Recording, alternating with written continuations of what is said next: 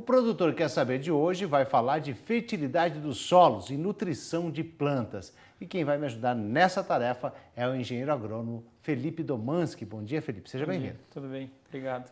Então, primeiramente, quais os principais benefícios para o produtor que conhece bem a fertilidade do solo? Bom, quem conhece bem a fertilidade vai ter o benefício de saber que cultura e como tratar determinada cultura, né? Alocar as culturas dentro da propriedade para obter uma rentabilidade superior em cada talhão, em cada tipo de solo que ele tem. Isso é Esse importante. é o principal benefício.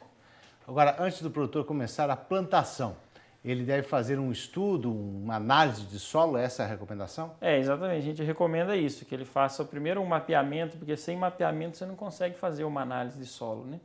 E nem análise de planta posteriormente.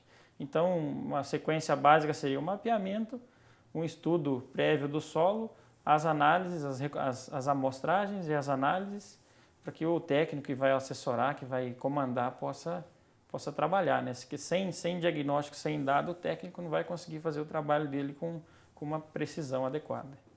Agora, como é feita essa análise? Ela é demorada? Como é que é? Então, a análise ela passa por alguns processos. A gente fala análise num contexto geral, né? Mas nós temos que fazer uma amostragem. Essa amostragem ela tem que seguir alguns critérios. A gente precisa distribuir essas amostras no solo, no terreno. Precisa distribuir elas em profundidade. O agricultor não pode analisar só a superfície do solo. Ele tem que analisar, dependendo da cultura, ele tem que analisar mais profundamente. Se eu vou plantar café, eucalipto, laranja, eu preciso atingir camadas mais profundas.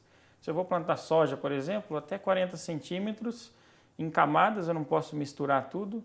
De 0 a 10, 10, 20, 20 a 40, essa é uma recomendação básica. Pelo menos isso o produtor tem que fazer. Já para as perenes, como eu disse antes, tem que aprofundar um pouco mais. Ele tem que distribuir isso na área dele toda? Tem que distribuir na área toda. Primeiro, o ideal é que ele faça um estudo da variabilidade da fertilidade. Tem ferramentas para isso hoje em dia.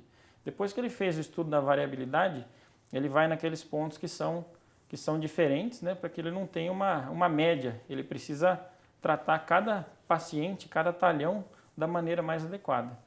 Depois que ele fez essa coleta, precisa encaminhar para um laboratório, o laboratório vai fazer as análises e vai devolver um laudo para ele, e ele com o seu técnico vai fazer o planejamento de correção e estruturar a fertilização. De acordo com cada realidade de cada ponto que foi Exatamente. identificado na fazenda. Você né? pega o Brasil tem dimensão continental, você tem o Rio Grande do Sul, tem o norte do Mato Grosso, isso varia muito, né?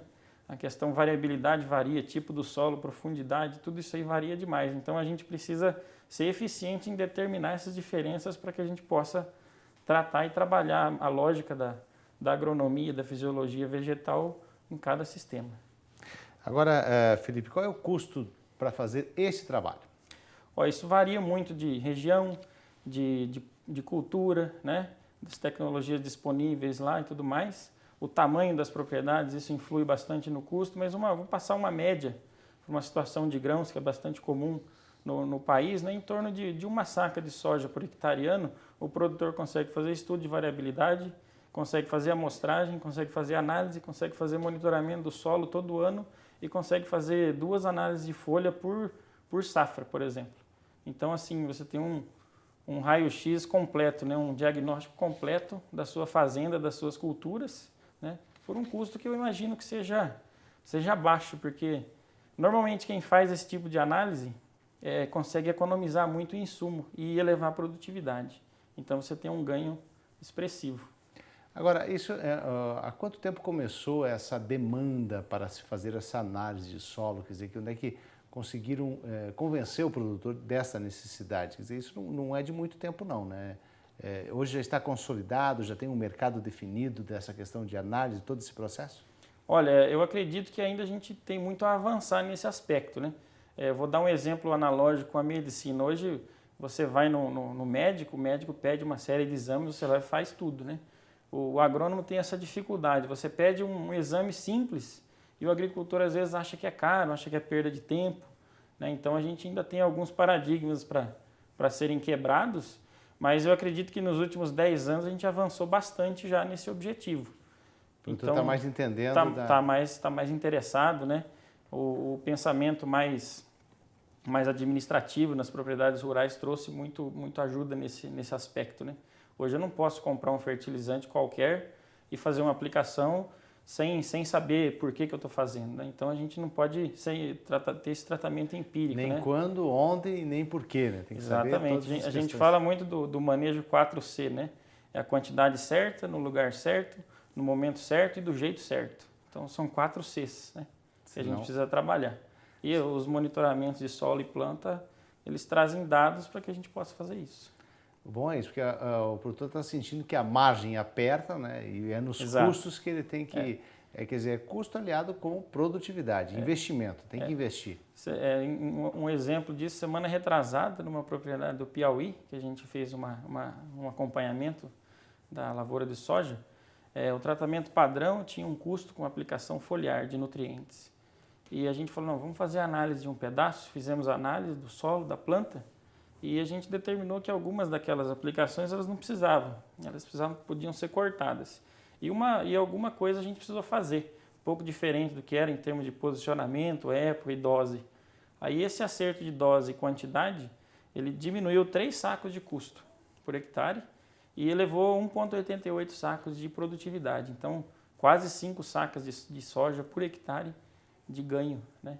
Gastando uma por ano, então 4 sacas por hectare ano de lucro, vamos dizer assim. Valeu, né? Já pagou o investimento. Já pagou o investimento, É esse cálculo que ele tem que fazer? É esse cálculo que eu acho que ele tem que fazer. Inclusive, esse custo ele contempla 2 safras. Então, o produtor com um saco de soja de uma safra, ele já faz o monitoramento de 2 e do solo, né? A gente precisa manter o solo sempre monitorado para que a gente saiba o que está acontecendo, até para preservação de água, preservação de recurso hídrico que está totalmente relacionado, né? Então essa análise, ela serve fazendo um ano, pelo menos 2 safras o produtor está garantido aqueles números, com aquela análise. Exatamente. A gente basicamente faz uma análise e essa análise serve para uma cultura de inverno e uma cultura de verão, ou uma de verão, uma de inverno, depende do momento que ele posiciona essa análise no cronograma de plantio. E também análise de folha durante o desenvolvimento.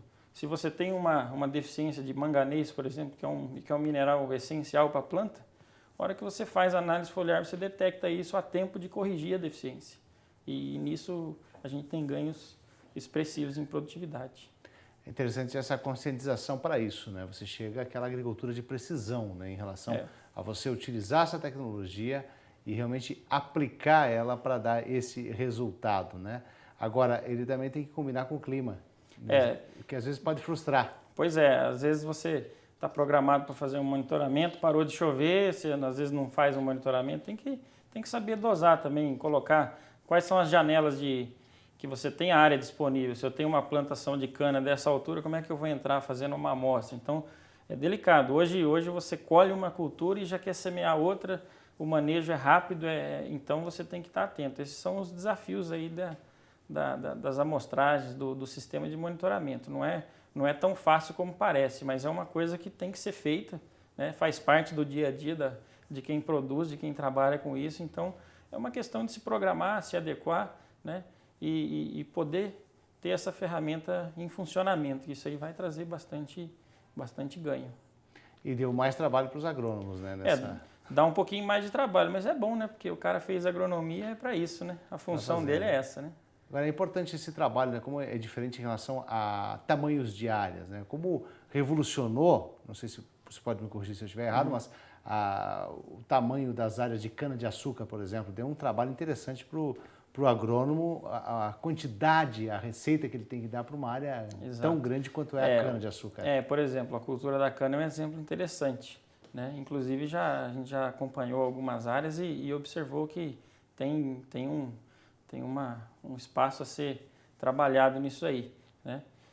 Mas há quantidades grandes. São áreas, então, exatamente, são áreas enormes. Como que um agrônomo vai monitorar 20 mil hectares de cana, né? Cada cana tem uma idade diferente e tal. Então, a tecnologia permite o quê? Você, através de algumas imagens de satélite, através do talhonamento do solo, prévio desse mapeamento, você determinar a variabilidade do solo. Porque a tendência é que esse tipo de cultura ele vai ser plantado em áreas onde a homogeneidade do solo é boa. Então, a gente não precisa ficar a cada 10 hectares fazer uma amostra com 20 subamostras, isso aí inviabilizaria o monitoramento. Então, a gente tem ferramentas para determinar as zonas de manejo, que são homogêneas perante a fertilidade do solo, e determinar pontos estratégicos da coleta dessas amostras. Então, facilita demais. O agrônomo que tinha que fazer, teoricamente, 2.000 análises, com 200 ele resolve. É interessante que grandes empresas pegam trainees, né, para iniciar um agrônomo. Um agrônomo, quando pega uma área tão grande quanto essa, né, é interessante já pegar essa tecnologia. É um aprendizado interessante para os agrônomos que estão iniciando também. Eu acredito que sim, né? Hoje quem está iniciando, eu acho que ele já tem que entrar com uma cabeça diferente, com um formato diferente de pensar, né? Eu acho que o agrônomo que hoje aceitar fazer uma recomendação, fazer uma prescrição sem ter o diagnóstico adequado, acho que ele está pecando gravemente, porque a responsabilidade sobre as nossas recomendações é muito alta, né? Então a gente precisa ter realmente um sistema que favoreça a gente poder monitorar e poder fazer uma prescrição adequada. Isso vai além, né, da própria produtividade, mas contaminação de lençol freático com nitrato, com potássio, né, dispersão de argila e tudo mais, são problemas que são ocasionados pelo mau manejo nutricional do solo. Agora, no resumo, o produtor que faz a fertilidade, né, do solo tem ganho de produtividade e também de rentabilidade. Com certeza, né? Uma vez que você racionaliza o insumo, vamos falar aí uma média das médias, uns 30% do custo de produção, em torno disso, para soja, talvez para cana, né? É o custo da adubação, 30% do todo. Se você trabalhar esses 30%, quanto você não pode melhorar o custo, né? E ainda mais se você elevar a produtividade, você vai diluir mais ainda o custo. Então, o custo da sua tonelada de açúcar, o custo do litro do álcool pode baixar, o custo da tonelada de cavaco, no caso de floresta, o custo da saca da soja, né? Então, isso, se bem avaliado, o produtor pode encontrar o caminho correto, né? E realmente avaliar que ele economizou dinheiro. Tá certo, engenheiro agrônomo Felipe Domanski, nós vamos fazer um breve intervalo. Beleza. Nós já retornaremos com o segundo bloco do Produtor Quer Saber. É um instante só.